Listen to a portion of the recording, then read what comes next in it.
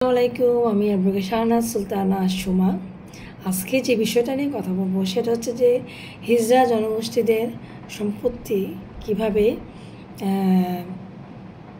বিলিবন্টন হবে সেই বিষয়ে আমি কথা বলবো। প্রথমে বলছি, উভয় লিঙ্গ হার্মাফ্রোডাইট উত্তরাধিকার সংক্রান্ত বিধান। হার্মাফ্রোডাইট উত্তরাধিকার সংক্রান্ত বিধান মানে হচ্ছে উভয় লিঙ্গ।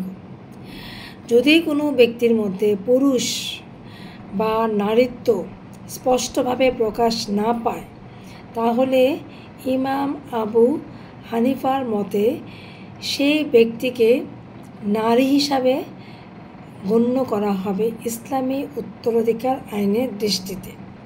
কিন্তু যদি কোনো ব্যক্তির মধ্যে পুরুষ বা নারীত্বের মধ্যে কোনো একটি দিক অধিক স্পষ্ট হয়, তাহলে যেই দিকটি অধিক প্রকাশ পায় সে অনুযায়ী পুরুষ বা নারী হিসাবে গণ্য হয়ে তার সম্পত্তির অংশ নির্ধারণ করা হবে। এটা হচ্ছে হিজড়াদের সম্পত্তি কিভাবে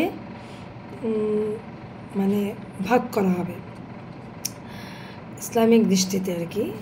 তো এই বিষয়টা নিয়ে আমাদের অনেক আলোচনা হয়। তো আজকে আমি এই বিষয়টা নিয়ে কথা বললাম। তো আশা করি অনেকের মধ্যে জিনিসটা ক্লিয়ার হয়ে যাবে। তো আজকে এই পর্যন্তই। আসসালামু আলাইকুম।